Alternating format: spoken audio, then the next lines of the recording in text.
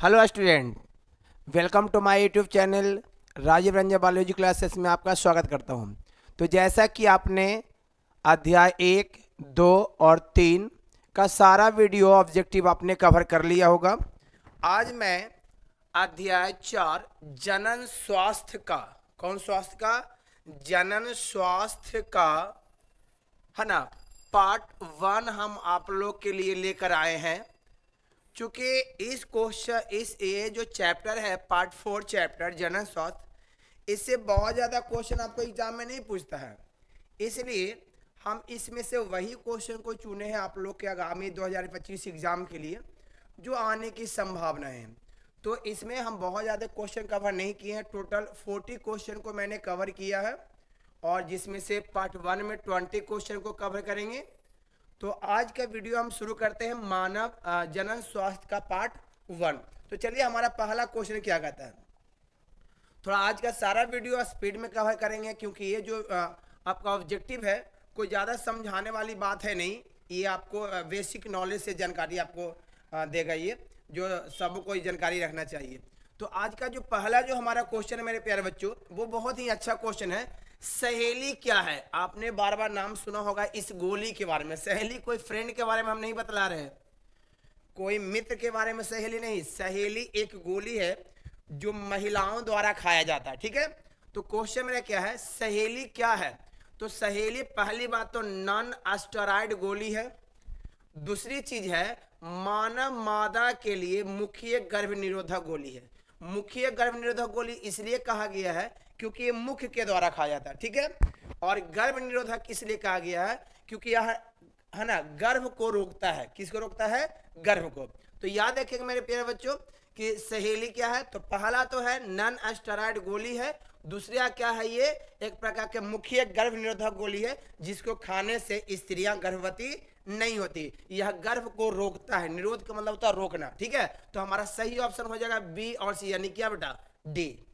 तो सहेली क्या है? नॉन स्टेरॉइड गोली है और मुख्य गोली है, ठीक है। चलिए नेक्स्ट क्वेश्चन की ओर ध्यान देते हैं हम लोग। जो हमारा अगला क्वेश्चन है वो क्या है, बढ़ रही मानव भ्रूण का पहला संकेत। हाँ, जो भी भ्रूण मां के गर्भाशय में वृद्धि करते रहती है, जब माँ गर्भवती होती है तो गर्भवती माँ के गर्भाशय में जो भ्रूण होता है, सबसे पहली बार उस भ्रूण के संकेत को कैसे सुना जाता है? तो इसका सही जवाब है स्टेथोस्कोप द्वारा हृदय के ध्वनि को सुना जाता है, ठीक है। तो याद रखिएगा पहला भ्रूण का संकेत सुना जाता है स्टेथोस्कोप, जो भ्रूण में धड़कन को ये सुनने में मदद करता है। तो सही ऑप्शन क्या हो गया मेरे प्यारे बच्चों? Option B. चलिए नेक्स्ट क्वेश्चन की हम लोग ध्यान देते हैं। जो हमारा अगला क्वेश्चन होने वाला है, भारत में प्रथम जनगणना, भारत में प्रथम जनगणना कब हुआ था? बहुत ही अच्छा क्वेश्चन है, सारे बच्चों इसका जवाब भी होगा कि भारत में जो प्रथम जनगणना हुआ था वो 1872 ईस्वी में हुआ था, ठीक है। तो तीसरा का ऑप्शन क्या होगा बेटा? बी 1872, ठीक है। चलिए नेक्स्ट क्वेश्चन की ओर ध्यान देते हैं हम लोग।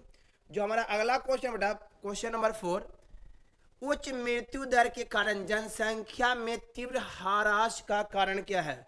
उच्च मृत्यु दर के कारण जनसंख्या में तीव्र ह्रास का कारण क्या है? तो बहुत ही अच्छा क्वेश्चन है। जनसंख्या में तीव्र ह्रास का कारण क्या है? वो है जनसंख्या अवनमन, है ना, अवनपन, है ना। तो जनसंख्या में तीव्र ह्रास का कारण जनसंख्या अपनापन। चलिए नेक्स्ट क्वेश्चन की ओर ध्यान देते हैं। ये सब क्वेश्चन सारे बच्चों को जनरली याद ही होगा क्योंकि ये जो क्वेश्चन आपका है वो जनरल नॉलेज से भी बिलोंग करता है, ठीक है। चलिए जो हमारा अगला क्वेश्चन है वो है एमनियोसेंटेसिस एक प्रक्रिया है। सबसे पहले हम लोग बच्चे ये जानेंगे कि एमनियोसेंटेसिस है क्या। तो थोड़ा सा इधर देखने की कोशिश करेंगे कि जब माँ गर्भावस्था में होती है तो माँ के गर्भाशय में एक विशेष प्रकार का द्रव पाया जाता है, ठीक है ना। माँ के गर्भाशय में एक विशेष प्रकार का द्रव पाया जाता है, ठीक है ना।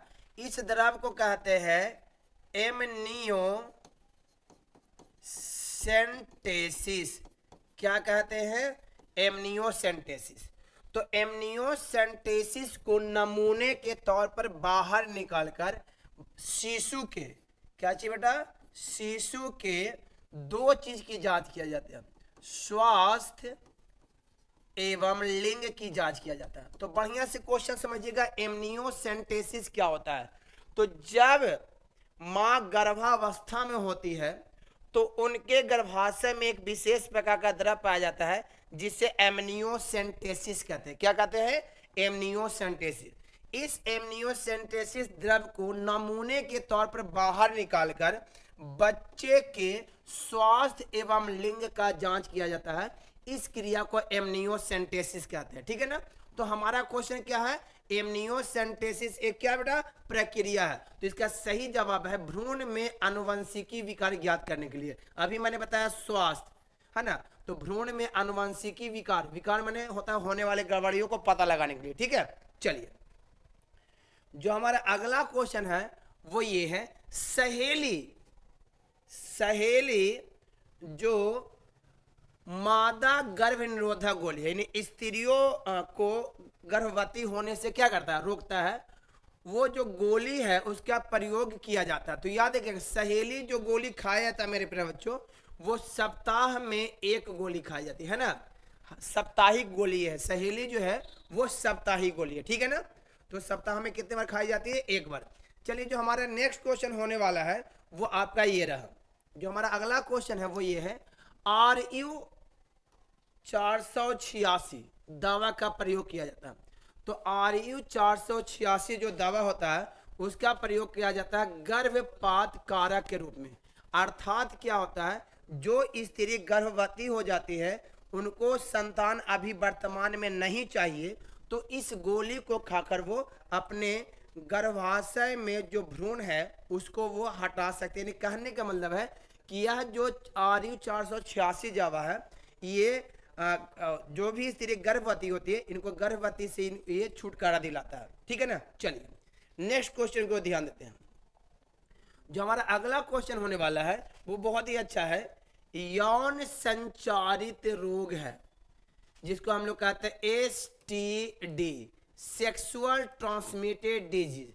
सेक्सुअल माने यौन, ट्रांसमिटेड माने संचारित, डिजीज माने रोग। तो STD रोग कौन है, तो गोनोरिया, यूरेथाइटिस और एड्स, ये सभी जो है यौन संचारित रोग है। एड्स का पूरा नाम जानते होंगे, एक्वायर्ड इम्यूनो डिफिशियंसी सिंड्रोम। ठीक है। तो ये सभी जो है वो यौन संचारित रोग है। तो हमारा ऑप्शन डी सही होगा। चलिए हम नेक्स्ट क्वेश्चन की ओर ध्यान देते हैं। जो हमारा क्वेश्चन नंबर 9 होने वाला है वो ये है, सीधे शुक्राणु को अंडाणु में सम्मिलित करने की प्रक्रिया को क्या कहते हैं। बहुत बढ़िया क्वेश्चन है। सीधे अंडाणु है ना, शुक्राणु को जब किसी अंडाणु में शुक्राणु को सम्मिलित किया जाता है तो इस प्रक्रिया को कहते हैं अंतःकोशिकीय शुक्राणु निक्षेपण। इसको संक्षेप में कहते हैं ICSI। ठीक है, इंट्रा सेलुलर स्पर्म इंजेक्शन। ठीक है ना, अंतःकोशिकीय शुक्राणु निक्षेपण। तो याद रखिएगा, शुक्राणु को अंडाणु में सम्मिलित करने की प्रक्रिया को क्या कहते हैं, अंतःकोशिकीय शुक्राणु निक्षेपण। हमारा ऑप्शन बी सही होगा। चलिए बच्चे हम नेक्स्ट क्वेश्चन की ओर ध्यान देते हैं। बहुत कम समय में हम लोग ज्यादा क्वेश्चन कवर करेंगे। ठीक है ना। तो सारे बच्चे वीडियो से कंटिन्यू बने रहेंगे। हम आपका ज्यादा समय नहीं लेना चाहेंगे मेरे प्यारे बच्चों। बहुत कम समय में हम आपका क्वेश्चन डील करने जा रहे हैं। अगला क्वेश्चन है, कॉपर टी रोकता है। बहुत अच्छा क्वेश्चन है और बहुत ज्यादा बच्चे ये एग्जाम में बहुत ही एग्जाम के लिए बहुत ही इंपॉर्टेंट ये क्वेश्चन है। कॉपर टी रोकता है। तो कहीं कहीं आपने देखा होगा कि कॉपर टी निषेचन को रोकता है। ठीक है ना, किसको रोकता है, निषेचन को। बट यहाँ पर क्या है, अंड निषेचन, तो ये नहीं होगा। तो यहाँ पर क्या होगा, भ्रूण रोपण को। ठीक है ना, भ्रूण रोपण का मतलब था गर्भाशय में भ्रूण का विकास होना। तो कॉपर टी यहाँ का सही जवाब क्या होगा, भ्रूण रोपण को कॉपर टी रोकती है, भ्रूण रोपण को, अर्थात स्त्री के गर्भाशय में भ्रूण का विकास नहीं होने देता है। चलिए बेटा नेक्स्ट क्वेश्चन की ओर। कहीं कहीं कॉपर टी रोकती है, निषेचन रहेगा तो हम उसी में टिक आउट करेंगे। ठीक है, चलिए नेक्स्ट क्वेश्चन को ध्यान देते हैं। जो हमारा अगला क्वेश्चन होने वाला है वो ये है, प्रथम जनसंख्या विस्फोट के कारण हुआ। प्रथम जनसंख्या विस्फोट का कारण है, इसमें कौन जो है प्रथम जनसंख्या विस्फोट का कारण। तो इसका सही जवाब है तकनीक। टेक्निक के द्वारा जो है ऐसा माना जाता है कि प्रथम मानव जनसंख्या विस्फोट हुआ है, ठीक है ना, टेक्निक के द्वारा, नए नए जो टेक्नोलॉजी का आविष्कार हो रहा है उसके द्वारा। चलिए, जो तो हमारा जो है 11 का क्वेश्चन, जो 11 का ऑप्शन क्या होगा, सी सही। नेक्स्ट क्वेश्चन को ध्यान देते हैं हम लोग। जो हमारा क्वेश्चन नंबर 12 होने वाला है, वो मादा में मुख्य गर्भ निरोधक गोली किसे रोकती है। बहुत अच्छा, वैसा गर्भ निरोधक गोली, गर्भ निरोधक जो गर्भ को रोकता है और जो मुख के द्वारा खाई जाती है उसे कहते हैं मुख्य गर्भ निरोधक गोली। तो बहुत बढ़िया क्वेश्चन बेटा कि मादा में मुख्य गर्भ निरोधक गोली किसको रोकता है, तो इसका सही जवाब होगा निषेचन को, ठीक है। चलिए नेक्स्ट क्वेश्चन को ध्यान देते हैं। जो हमारा अगला क्वेश्चन होने वाला प्रिय बच्चों वो ये है, जन्म नियंत्रण का सर्वाधिक उपयुक्त विधि है। जन्म नियंत्रण का सर्वाधिक उपयुक्त विधि है, तो इसका सही जवाब है बंध्याकरण। ये गर्भपात अबॉर्शन ये गलत तरीका है, गोली भी खाना साइड इफेक्ट कराता है, वीर्य सेवन भी गलत है। इसका सही जवाब है बंध्याकरण। बंध्याकरण होती क्या, तो या तो है ना स्त्री के अंडवाहिनी को, स्त्री के अंडवाहिनी को, बहुत अच्छे ढंग से समझिए प्यारे बच्चों, या तो स्त्री के अंडवाहिनी को शल्य चिकित्सा के द्वारा काट कर धागे से बांध दिया जाता है, तो स्त्रियों में इस क्रिया को भी बंध्याकरण कहते हैं। या तो पुरुष के जो शुक्रवाहिनी है उसको भी शल्य चिकित्सा के द्वारा काट कर धागे से बांध दिया जाता है, तो इस क्रिया को भी कहते हैं बंध्याकरण। तो बंध्याकरण जो है वो सर्वाधिक उपयुक्त विधि है जन्म नियंत्रण का, यानी कि जन्म को रोकने का, बच्चे संतान रोकने का, संतान की प्राप्ति ना होने का सबसे अच्छी विधि है बंध्याकरण, ठीक है, जो डॉक्टरों के द्वारा कराई जाती है, ठीक है ना। इस बंध्याकरण के बाद भविष्य में कभी भी संतान नहीं होगा। चलिए नेक्स्ट क्वेश्चन की ओर ध्यान देते हैं। जो हमारा अगला क्वेश्चन होने वाला बच्चा वो एक केंद्रीय अनुसंधान संस्थान द्वारा कौन सी गर्भ निरोधक तैयार की जाती है, तो याद रखिएगा बहुत अच्छा क्वेश्चन है। केंद्रीय औषधि अनुसंधान संस्थान द्वारा सहेली गोली तैयार किया जाता है, जो कि ये संस्थान है लखनऊ में। कहाँ है बच्चों, लखनऊ में, है ना, लखनऊ में संस्था, ठीक है ना। तो याद रखिएगा केंद्रीय अनुसंधान संस्थान द्वारा तैयार किया जाता है सहेली गोली, जो कि ये संस्थान कहाँ है, लखनऊ में। चलिए नेक्स्ट क्वेश्चन को ध्यान देते हैं हम लोग। हमारा जो अगला क्वेश्चन होने वाला है वो ये है, निम्नलिखित में से कौन सी जन्म नियंत्रण की प्राकृतिक विधि नहीं है। बहुत बढ़िया क्वेश्चन, प्राकृतिक विधि नहीं है दैट मीन्स कृत्रिम विधि है। प्राकृतिक विधि नहीं दैट मीन्स कौन बेटा, कृत्रिम विधि, तो वे है वासेक्टोमी।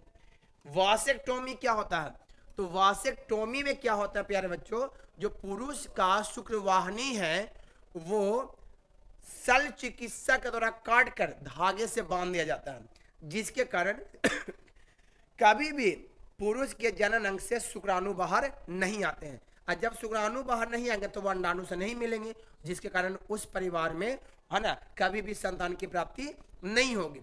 तो हमारा सही जवाब कौन है बेटा, वासेक्टोमी। वासेक्टोमी होती क्या है, तो इसका परिभाषा सुनिएगा, इसी को हम लोग कहते हैं नरबंध्याकरण या नर नसबंदी।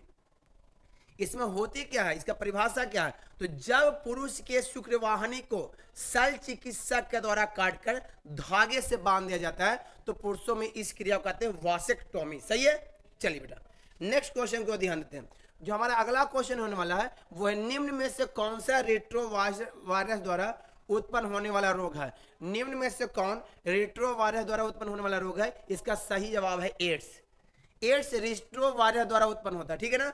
एड्स का पूरा नाम होता है एक्वायर्ड इम्यूनो डिफिशियंसी सिंड्रोम, ठीक है। चलिए तो याद रखिए मेरे प्यारे बच्चों, एड्स रेट्रोवायरस द्वारा होने वाला संक्रामक रोग है। चलिए नेक्स्ट क्वेश्चन को ध्यान देते हैं। जो हमारा क्वेश्चन नंबर होने वाला है 17, परिवार नियोजन कार्यक्रम प्रारंभ किया गया।